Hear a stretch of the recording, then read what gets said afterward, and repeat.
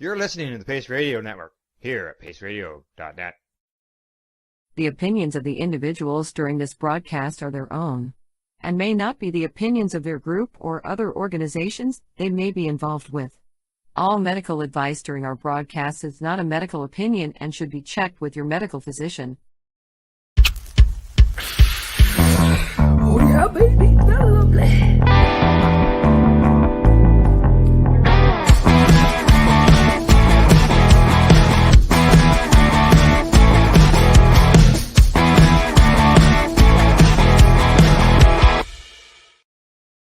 Good morning. It's July the 20th, 2023, and welcome to Psychedelics and Cannabis Educational News, your cannabis and psychedelic news source found here at paceradio.net and cbgtv.com. Good morning, Glenn. How you doing, buddy? I'm doing really good today. Nice and sunny and warm here today. Sure is. Sure is. We got blue sky here, a few clouds off in the distance, but I can tell you the birds are chirping and I am 1 year older. You and me both. You got to enjoy it while you can. You know it's Canada. You know it's getting colder here eventually. Yeah, that's right. That's right. Exactly. Yeah, no, it was a little cool this morning. It was about 11 degrees. It got cool last night, and I'm really thankful for it. 15, 16 degrees, but it's supposed to be a high 30s today here. So. Yeah, same here. Yeah. Feel in the high 30s. Well, in the 30s is what we're going to end up today. But right now we got some nice sun, and we'll enjoy that before the rain arrives for Friday. Keep the rain there, please. All right, we'll do our best. But you know, if it arrives here Friday, it's going to arrive there Saturday or Sunday. I know it's coming. We always get it right after you guys do. Yeah, that's right. Exactly. All right, first story of the day. Headline says, Pyapot First Nations opens cannabis store in Regina. While Reginians, I guess, have certainly noticed the number of cannabis stores operating in the city, what makes the city's newest cannabis shop different isn't necessarily visible to the passing eyes. Located at 1101 Angus Street, next to the Creeland Mini Mart, the site is considered Pyapot Urban Reserve land in the city. There are plans to construct a permanent building in the near future. The store is licensed to operate under the Pyapot First Nation Cannabis Act and will comply with the Pyapot First Nations cannabis regulations, which meet or exceed provincial and federal cannabis regulations, according to a press release. Peter Flaman, business advisor with the First Nation, says things have been going fantastic since Mayo Ashki opened its doors for the first time July the 6th. 15% from every sales goes back to the community. So that's huge, he said. That's really nice, 15% right back. Initiatives for the youth, stuff like that, this barbecue for the people around here, that's what we're trying to build here. The event included food, drumming, and singing, and a ribbon cutting. Well, there are already more than 30 cannabis stores operating in Regina, with at least one recently closing.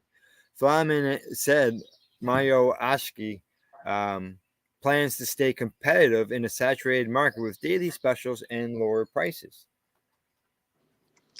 You can see that we're running a lot cheaper store than some of the other brick and mortars. Our staff is either all from Pyapot First Nation or other First Nations, Flaman said. We just have a business model that we think is really going to work. The business will employ 8 full-time workers and 3 part-time workers and will create extra revenue for the First Nation.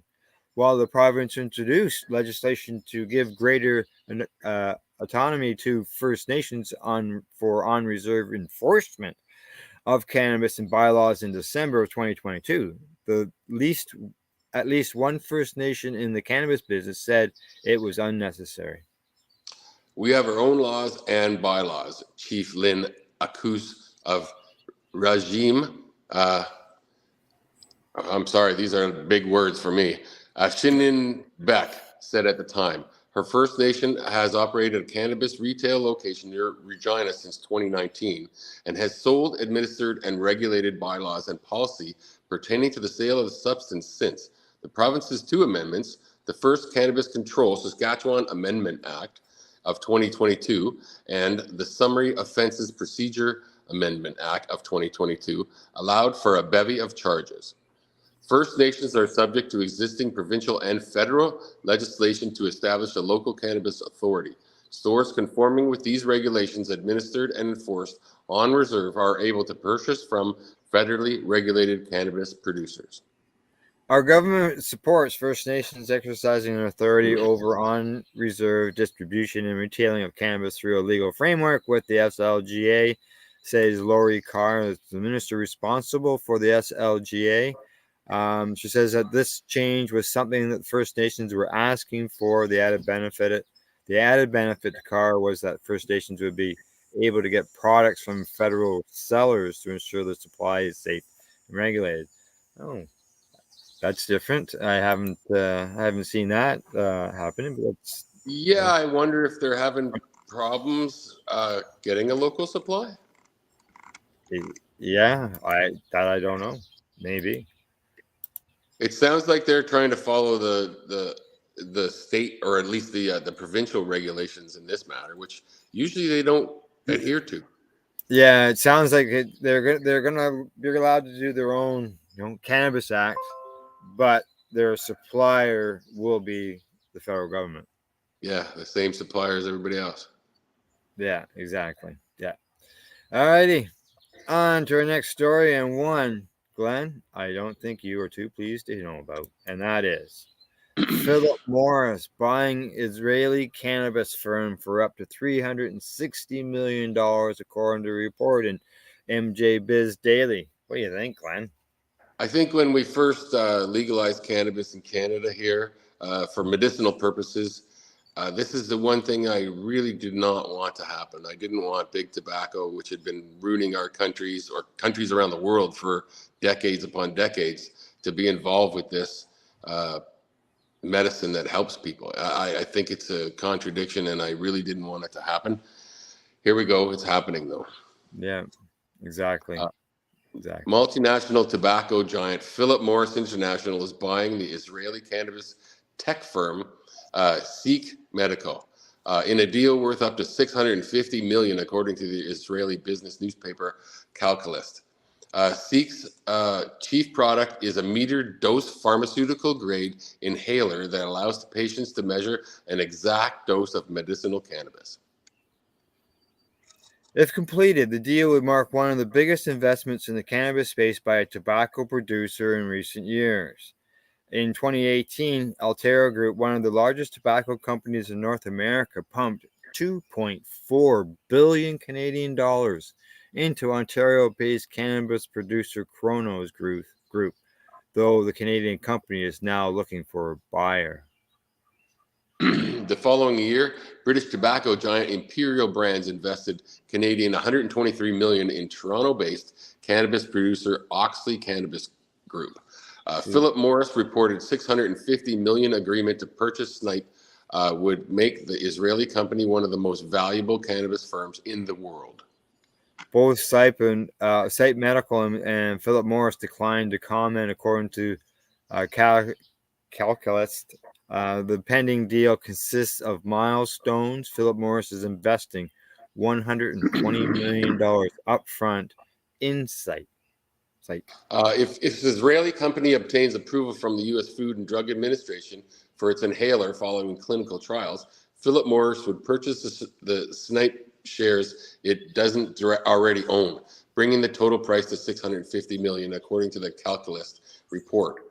Owen Bennett is a cannabis and tobacco equity analyst for New York-based investment bank Jefferies Group, wrote on Tuesday that the $650 million valuation would make Seek the seventh most valuable cannabis company in the world. Bennett said the move would help Philip Morris tap the vaped medical cannabis market, which he pegged at $22 billion over the next 10 to 15 years. He says that this is a significant opportunity in cannabis, spanning wellness and healthcare. Philip Morris isn't entirely new to the medical cannabis tech space. The company earlier invested $20 million in Psych Medical when it was a startup. Philip Morris's move to buy Psych Medical comes 2 years after the New York-based cigarette market told Bloomberg News it was analyzing the cannabis industry for market opportunities. We're doing all this work and we'll determine one day what avenues to pursue, then CEO Andre Calzapolo said at the time. But our priority is that we are doing what we're doing with our smoke-free products. Is that where I would stay? And that's where I would stay on cannabis, he said. Yeah. Well, apparently, according to the report, Psych holds approximately 120 patents, and this inhaler is currently available in Israel and Australia. Approved here in Canada in 2021. Wow. Yep. Okay, pretty interesting. The company sounds interesting. I just don't like that it's a tobacco company now. Yeah, and as it said, it showed examples of other situations where tobacco has gotten involved in cannabis businesses. I think Billions of tobacco dollars. products are falling in sales. They're falling in sales, so they need some avenue to make money. It just happens to be this one. Yeah. Well, they're both brown, white, and smoked. Yeah. Yeah. I guess that's All the right. logic, right? Yeah. All right. Next story from StratCan. Survey illustrates highs and lows of emerging cannabis market.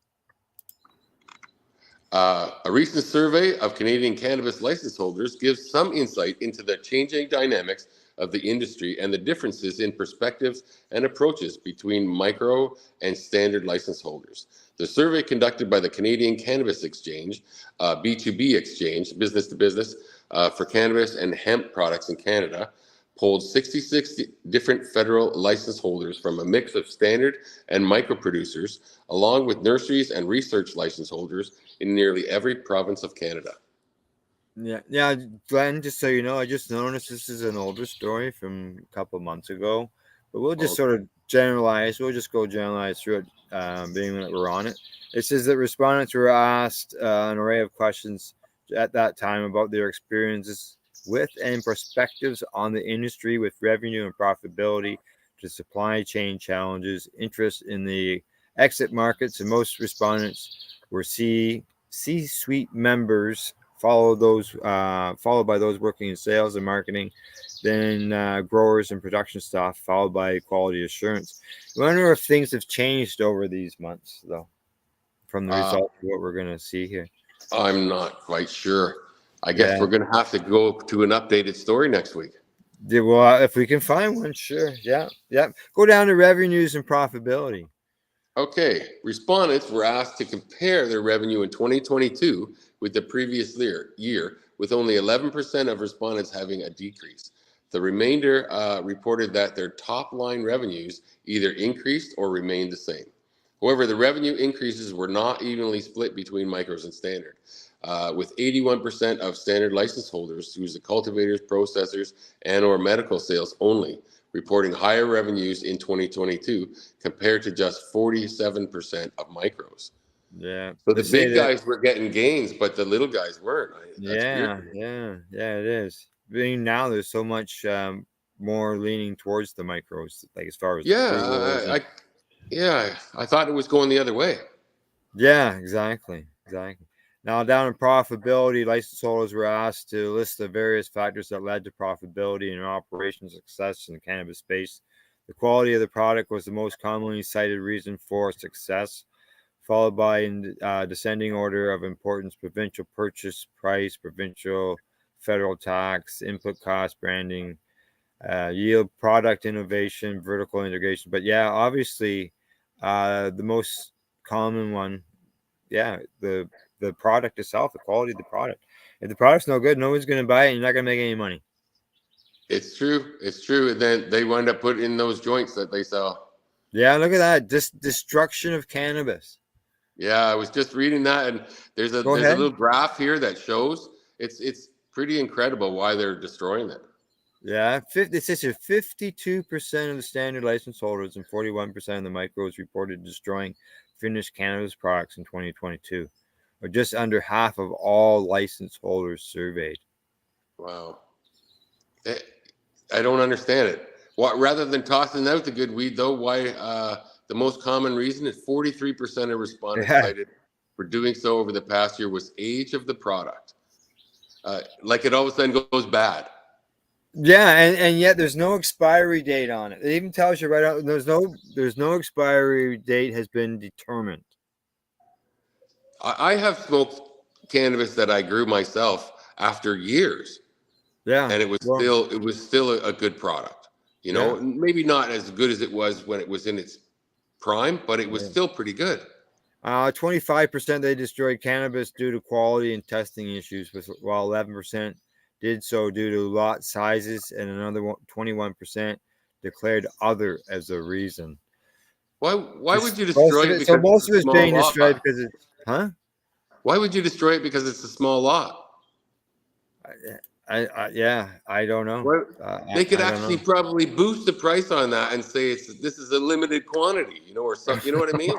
It's a small lot. Aged. Oh no, yeah, yeah, like a micro grow, I guess. So, but I've shut that story down, so we can move on. But that gives you a bit of a rundown of the stuff, some of the stuff that came up at that time. It'd be interesting, like I said, to see what's the next one. So next time we see a report along that line, we'll make sure to bring it up. So, Yep. all right, next story. New York father of two deported to Panama for cannabis despite the state's legalization. A New York man and father of two is stranded in Panama after being deported on low-level cannabis charges, despite the Empire State later legalizing recreational cannabis and automatically expunging his record in the process. Lionel Pinella was deported in 2012 after a traffic stop prompted contact with law enforcement, and ICE put him in deportation proceedings on the basis of a group of low-level cannabis possession charges in 2005 and 2008. Since then, according to the K, Mr. Pino's family has struggled with food insecurity and possible eviction without their primary breadwinner.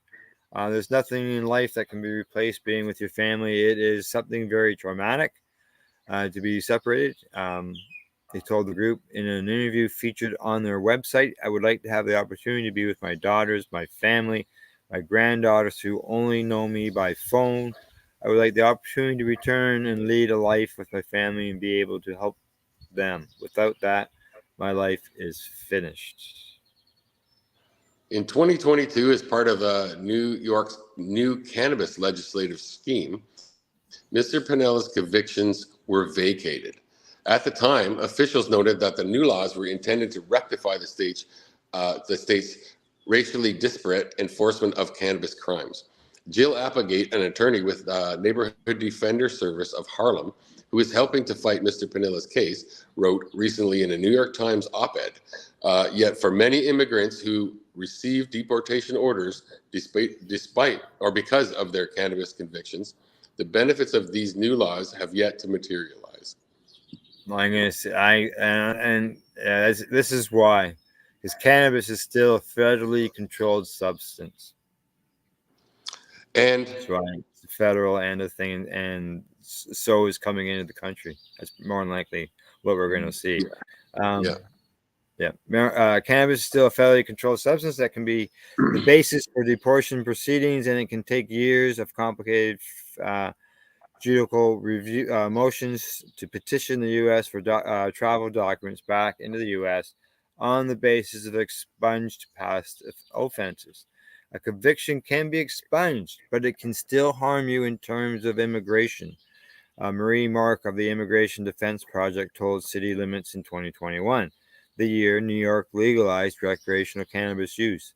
Immigration law has its own definition of conviction and has its own requirements about when a conviction can be erased. We call it vacated. between 2003 and 2020, at least 1,300 New Yorkers whose most serious convictions for cannabis possession or sale were ordered deported, according to data from the Transactional Records Access Clearinghouse Immigration. Yep, there you go. they're having a big argument in the States about a lot of immigration right now. Yeah. So I can see it being a hard sell to a lot of people down there, not because of the cannabis, and I really don't think the majority of Americans are against cannabis, but it seems like about half of them are against immigration. So that's a problem right now, you know. All right. On to our last story before we go to break. Headline says researchers say modified version of CBD could help reverse fentanyl effects. This comes to Wow. us from CTV News. Yeah, wow. When I read that headline, I said the same thing, Glenn. It amazes me. Like I said, I learn something new every time I do the show. So Yeah. researchers at Indiana University say a modified version of a cannabinol, a chemical found in cannabis, could help reverse the effects of overdoses from drugs such as fentanyl. In a study published in the Journal of Medical Chemistry on July 12th, researchers hope that the new discovery could lead to a new way to reverse overdoses, either through a new product or by working synchronously with Naxolon. I can't pronounce that one either. Nox, yeah, that is the drug that someone's having an OD. You give it to them as like an EpiPen, and So it can help maybe a them. combination of the both works best. Well, that's just what they're saying here by that Yeah. synchronizing them together, putting them together. And now, according to the Canadian government's website, an average of 20 people die per day due to apparent opioid toxicity, with synthetic opioids like fentanyl being a major contributor. While Noxolon is widely used as an antidote for opioid overdoses, it is found to be less effective against the synthetic opioids in the fentanyl category. Okay. Researchers say in order to counteract the effects of an overdose, your body's opioid receptors need something else to bind to. The synthetic opiate bind very tightly to the opioid receptors. Senior research scientist for the Gill Center of Biomolecular Science, Alex Straker, said in a press release that was published on Tuesday. Naxolone, must compete with opioids for the same binding site in the central nervous system to cancel out the overdose. But during a fentanyl overdose, Naxolone and fentanyl bind to different sites, meaning there is no competition. We wanted to see if a negative allosteric modulator would reverse the fentanyl effects. According to the University of Michigan, an allosteric modulator is a molecule that interacts with other molecules to the degree that it affects their behavior. Researchers conducted the experiment by testing 50 chemical compounds to determine which ones exhibited the most potential as a tool to cancel out the effects of fentanyl. And researchers found that cannabinol, or CBD, could behave as a negative allosteric modulator at the binding site. However, high concentrations were needed during the first phase of testing. After modifying the structure of the CBD to be more effective, researchers found that the test done on blood or tissue samples successfully reversed the effects of fentanyl. We've identified structural parts that are important to the desired antidote effect, Straucher explained. Some of these compounds are much more potent than the lead. We've worked with a third lab to model the binding site that may help identify additional compounds moving forward. According to the study, the next important step for its researchers to test their findings on live subjects in order to determine whether they can reverse the effects of respiratory depression, which is what happens when your body during a drug overdose. Exactly. Absolute Yeah, miracle drug. Imagine that that. is just, I know, just phenomenal. Like, How many people, I don't know, I hear a lot about fentanyl. I don't know how many people die each year, but if this can help even a fraction of those people, it's amazing. they talk about how cannabis can help people reduce the amount of opiates prescription wise. Like I'm an example where I never used opiates for my Crohn's other than hospitalized. But there's other people who obviously have used them to help get off of opiates or reduce the amount of opiates that they need to take. And now to find out that it can actually be used to prevent somebody from overdosing is just it's just wow. One of those. And that's we see this every week when we do these shows. What this plant can do is amazing. It might be the most amazing plant for medicine in the history of the world that I've ever heard of, anyway. Yeah. Who would have thought, eh? Who would have thought? No wonder they kept it. Well, it's getting into, like, once we break it apart, now we're getting into the little pieces of the plant, you know, the actual essence of the plant, and we're making different medicines out of that, and it's just amazing. Good. All right, commercial time, and it's time to hear from those who help us inform our viewers with stories such as that one. You're watching Psychedelics and Cannabis Educational News, found here at paceradio.net and cbgtv.com. You're listening to the Pace Radio Network, here at paceradio.net.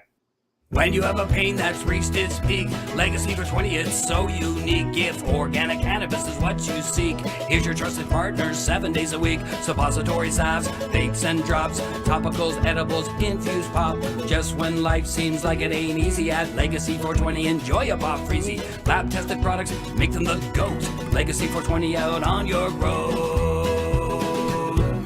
Legacy 420 in Tyndonega Mohawk territory. Indigenous organic cannabis at its finest. Let's share Pace everywhere. That way it can help create peace. People everywhere advocating cannabis education. Are you looking to get your medical cannabis grow license? Limestone City Hydroponics can help patients through the process of obtaining their license to grow medical cannabis. What's that? You don't have a doctor. If you meet the medical criteria, Limestone City Hydroponics has a nurse practitioner who can assess and provide medical cannabis prescriptions. What are you waiting for? Contact Limestone City Hydroponics at limestonecityhydroponics.ca or call them at 613-548-0420.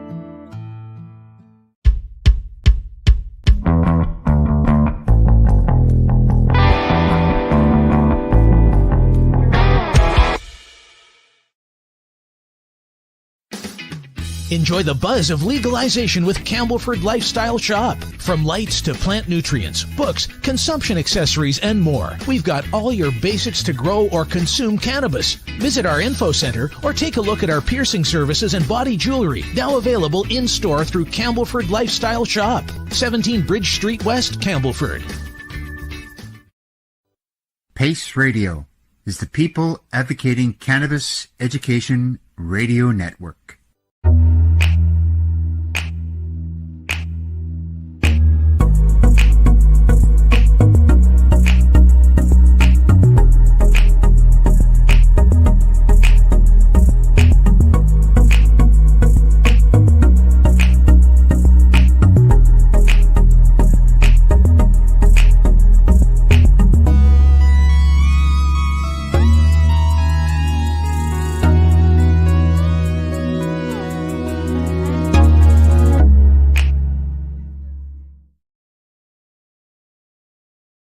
Limestone City Hydroponics is Kingston, Ontario's hydroponics shop. Take your growing to the next level and create the optimal environment with a tent kit, or maximize your yield with an ebb and flow flood table kit. Either way, Limestone City Hydroponics has more sizes and options to fit your needs. Are you looking for the power of the sun that adapts to your budget? Then look no further, as they have professional grow lighting. They have indoor grow systems that are easy and cost effective, with many options to fit your living space and lifestyle. Cultivate your growing potential. We have everything you need to succeed. And if you can't make it to the store, they offer local delivery to the greater Kingston area. Remember, when you're looking for experts to help you grow, then look no further than the locally owned Limestone City Hydroponics, 105 Sunderland Drive in Kingston, Ontario. Call them at 613-548-0420. We are people advocating cannabis education, here at paceradio.net. And we're back from a medication session, and outside always. I'm always still medicating when we come back. Never I was fails. coughing just before we got on air, and I was trying to control it. That's right. That's right. That happens. All right. On to our next story. Here we go. This one comes to us from MJ Biz Daily. Canadian cannabis or marijuana entrepreneurs shift focus to micro licenses. You know, we were talking before in that release that was done, but that older story, we're talking about, well, maybe this is a bit of an update. Who knows? I hope so. Maybe a bit on that end of things. Yeah, at least the micro growers part of it. Yeah. Correct. Exactly. Cannabis entrepreneurs are increasingly turning to smaller micro cultivation facilities to manage costs and produce higher quality cannabis at a time when the industry is facing a glut of standard product and falling prices.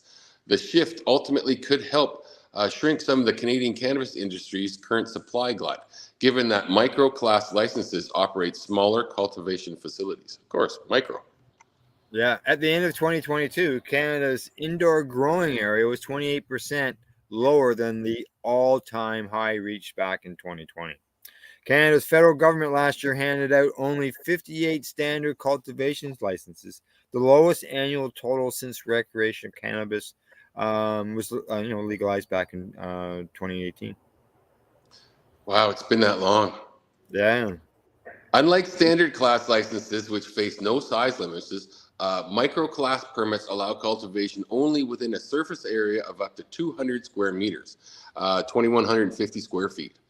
In 2022, the 130 new micro licenses outpaced standard ones for the second year in a row, and experts don't expect the trend to reverse. In 2021, there were 106 standard class licenses compared with 134 micros. Well, take a look at that chart. Look at 2018, 0. 2019, there was only 19 of them. Wow. That were approved, yeah. And now look at they're approving, there's 134 and it's still growing now. Yeah, I think it's a great idea. I love these micro ones. I like the idea of the micros myself too. There's a reversal from the first 3 years of regulated cannabis production when Canada handed out 396 standard licenses and 46 micros. Experts say entrepreneurs are drawn to micro licenses because micro licenses generally have lower startup costs. Yeah, especially when you got to build everything up. Especially when you got to build up first before you even get a license. Yeah. Micros can scale up to a standard class license through a Health Canada issued amendment. The industry is already swimming in overproduction of low quality cannabis that generally comes from standard production sites. That is so true. Well, that's why you see premium cannabis listed on pre-rolls. Yeah, and that's why I'm also seeing ounces $25 on billboards out, when I'm driving down the road now. Really? Yeah. $25 at a legal store? No. These are all on reserve stores. Okay, all right. Yeah, I'm going to be driving by signs today that say $10. So we don't. Yeah. I'm in New Brunswick. We don't go that low. Mitchell Ozak, president of the Toronto-based Quacha Consulting, said consumer demand for craft, high-quality cannabis is also a factor. Micro licenses become more popular, reflecting a transition in consumer demand to craft type of products, he says. Yeah. And I have to agree with him. Yeah. And that's not just in the cannabis market. That's in the market in general, food and drinks and all kinds of stuff like that. Another factor that might have contributed to increased interest in micro class licenses is a rule change by Health Canada shortly after the launch of the country's recreational market in October 2018. In mid-2019, 7 months after legalization, Health Canada said all new applicants would have to have their facility fully built out when submitting an application. There's the difference we were just saying. Yeah. You got to have it built out. Exactly. And that's a big cost. It is. Risk to not get a license. Yeah. Previous to that, applicants were able to get approval for a building site before it was completed. That effectively increased upfront costs for any legal or for any large facility seeking a standard class license. Yeah, and consumers appear to be weighing price sensitivity with a desire for the highest quality products they can afford at a particular price point. And I think that's with everything. I mean, we're all playing a balancing act with the inflation and everything now too. So we Yes, got to get the exactly. best we can for the best price. Yeah, yeah. Ozak goes on to say it's difficult to grow craft high THC premium products in a large grow that has a standard license. These products can be grown and processed easier and at target batch quality in a smaller facility, which is supported by a micro license. Bingo. Yeah. Generally, smaller production schemes have a reputation for producing better quality cannabis. Uh, Typically, standard licenses were secured for larger grows, Osak said. Many of the existing standard licenses were used to address growing the value or low cost segment, he said.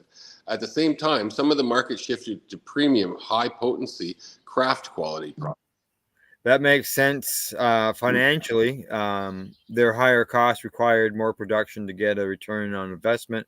Finally, like the wine industry, some consumers seek out and prefer authentic but legal craft products can only be found in micro licensed facility. You know, that's like the wine uh, going to the Niagara, where all the grapes and all that, the wine growing country is. Yep.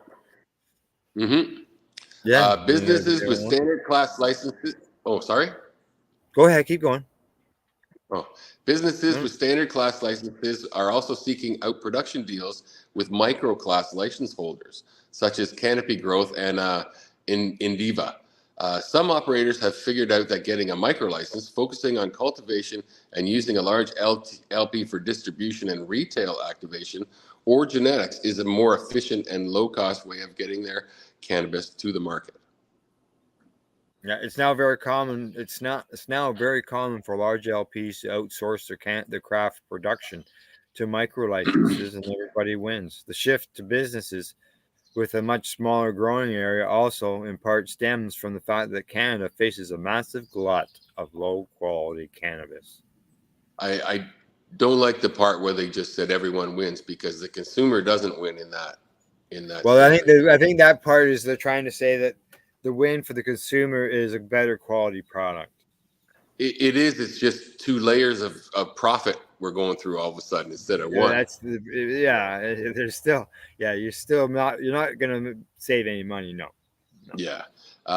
Nationwide inventory of dried cannabis, both packaged and unpackaged, jumped to an all-time high of at least 1.47 billion grams, which is 3.2 million pounds as of December 2022, according to the latest data from Health Canada. The federal regulator tracks overall unsold stockpiles of licensed producers, wholesalers, and retailers. The inventory predominantly held by licensed producers is approximately 4 times the amount of dried flower and pre-rolled sold at retail in Canada that year, according to Headset. Wow. Despite the record high inventory levels, there are signs the growing focus on a smaller cultivation businesses could alleviate the supply glut. At the end of 2022, Canada's indoor growing area where cultivation activities occurred stood at 1,595,724 square meters, which is 17.2 million square feet per Health Canada's most recent data. That's 28% lower than the all-time high square meters reached in 2020. So a little bit less growing space. All right, I'm gonna get you. You know, Glenn. You know, for the longest time, Glenn, during the winter, I always had to say to my guest, or my co-host, go ahead. I gotta go let the dog out. Let the dog out. Right. Mm-hmm. Okay. So I'm gonna read this headline, and then I'm gonna let you go get started, so I can let the dog in. Okay. All right. This headline says Gigi Hadid speaks out after she's arrested for cannabis possession in the Cayman Islands. And I will be right back. Gigi Hadid has seemingly spoken out after she was arrested for possession of cannabis while vacationing in the Cayman Islands. The supermodel, 28, was arrested at Owen Roberts International Airport on the 10th of July after arriving in the Cayman Islands with a friend via private plane, according to E! News. Wow, and that's all of the story we have. Hold on a second here. Is that all there is? I'm just getting back. I heard you say that's all the story there was. Oh, it's a video. Oh, Yeah, okay. Oh, there's no more there. switched. I'm seeing there. Where'd you end up? I get a private plane, according to E! News. That's all I got. And then it's making me register. Oh. I have to Okay. register to read the rest of the story. According to the local outlet Cayman Marl Road, Haddad and her friend were arrested for suspicion importation of ganja and importation of after custom officials allegedly found ganja and the utensils used for the consumption of ganja in her luggage. Haddad and her friend were taken to the Royal Cayman Islands Detention Center, where they were later released on bail, the outlet stated, while noting that the quantities were relatively small and were seemingly for personal consumption. According to the local news outlet.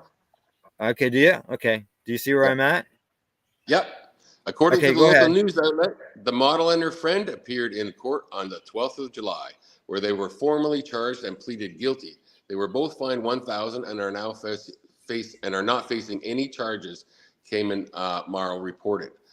In a statement to E! News, a representative for Hadid said she had been traveling with cannabis purchased legally in New York City with a medical license when the incident took place. Well, I don't know. Yeah, she have her license, but as we found out here in Canada, we have problems with that. But no, borders don't care about your license. Yeah, that's right. Yeah, Gigi was traveling with marijuana purchased legally in New York City with a medical license, the representative said. It has been legal for medical use in the Grand Cayman since 2017. Her record remains clear, and she enjoyed the rest of her time on the island.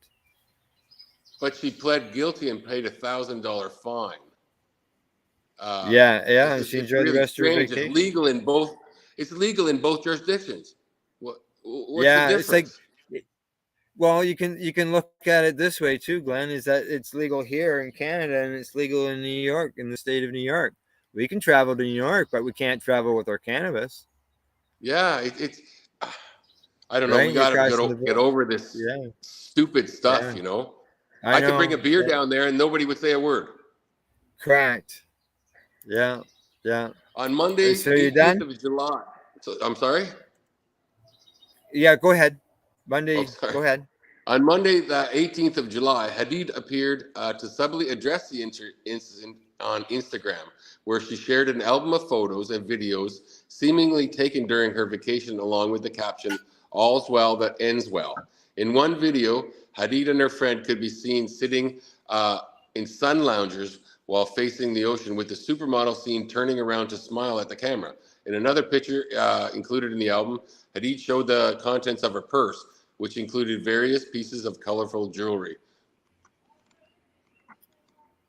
The post comes after she recently shared additional Instagram photos that appeared to have taken on her vacation. In an album posted last week, the model could be posing in a bikini while sitting on a sun lounger and showing off what appeared to be a tattoo of a dragon near her thigh.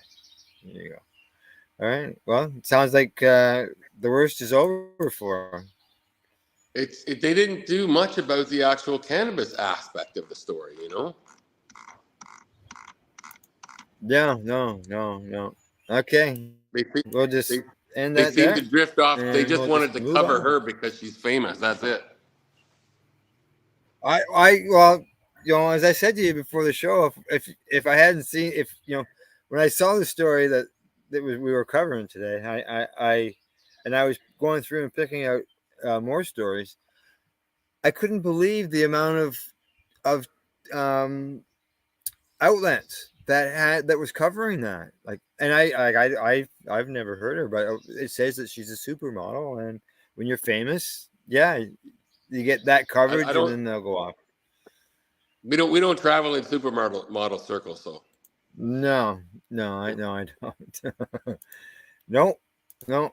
But travel on the cannabis one. And up next for our next story from Muddlehead Magazine, Pharmathur Holdings finishes testing microneedle DMT patch. Glenn, when pharma. I saw Sorry. that headline and read that headline, I went, "Wow, a patch for DMT." All kinds of new stuff we're learning today. Yeah. Pharmathird Holdings Ltd.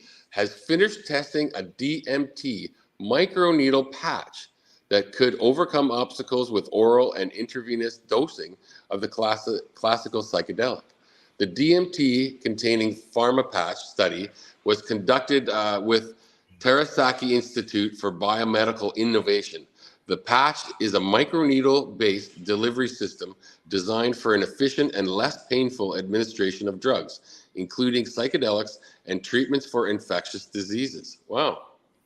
This technology uses a biocompatible and biodegradable material known as gelatin methacryl to deliver both water soluble and insoluble drugs with controlled release profiles.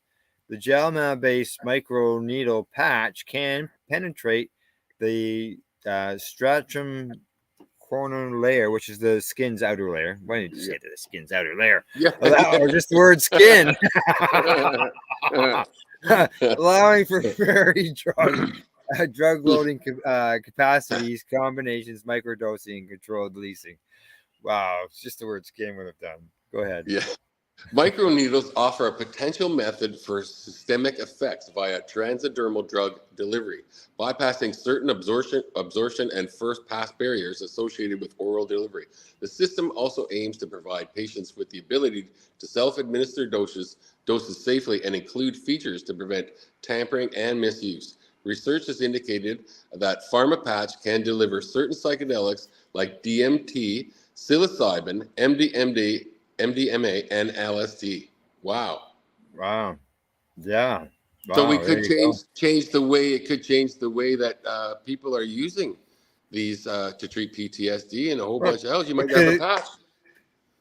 Well, could it bring somebody in off the street and help them with their addiction and be able to control their addiction and be able to have like a life, a job, so on and so forth?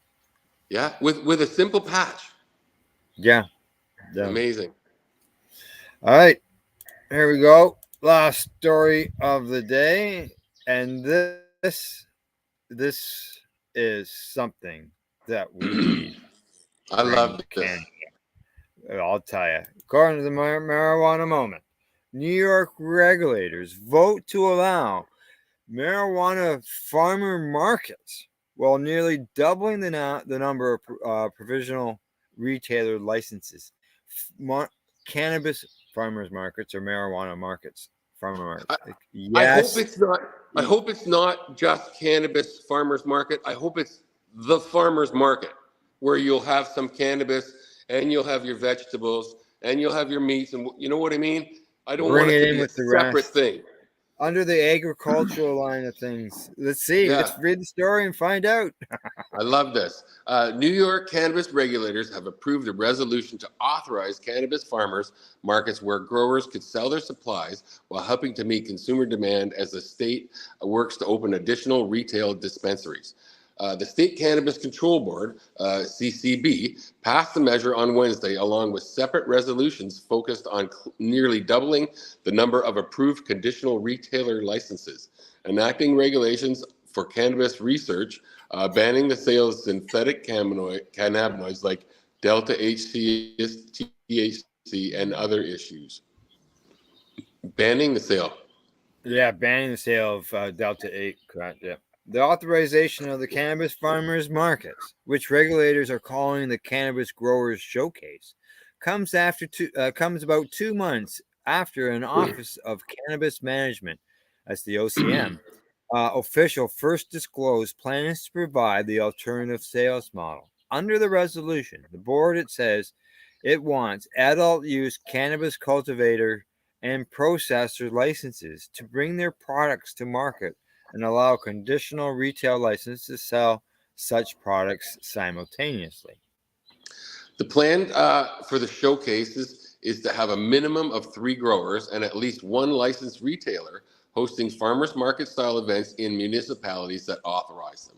At least initially, on-site consumption will be prohibited because permitting people to use cannabis at the markets would require additional permitting from the State Department of Public Health.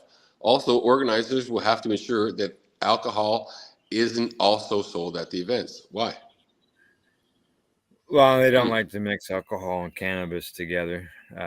Yeah, I just don't. We have that issue. This is what I was talking about. I'm not a big alcohol fan by any means, but if it's legal and cannabis is legal. Well, from what you read though, that doesn't sound like anybody's going to be selling the carrots or the potatoes besides the cannabis either. It's Okay, not, and these are all people who are licensed. Yeah, it's not what I was envisioning when they said farmers market. Not like what we got around here. Correct. Theoretically, farmers could seek municipal approval and hold the farmers markets on their own property, or they could seek to join other events like concerts, fairs, and festivals that are being organized. The rules for the farmers market program aren't available yet. However, the resolution simply authorizes the OCM to issue an application for licensees to complete if they want to participate. So yeah, concerts, fairs, and festivals. Hello, cannabis tent. Yeah, I can't wait. I think that's a great idea. The showcases will offer several benefits, including providing our consumer access to legal, regulated cannabis in places that have limited or yet don't currently have access to storefront sales. OCM Director of Policy John Kagia said, they'll drive new revenue opportunities for our cultivators who are the anchors of our supply chain. And we've certainly heard from our cultivators about the urgency of a program like this to expand the retail sales.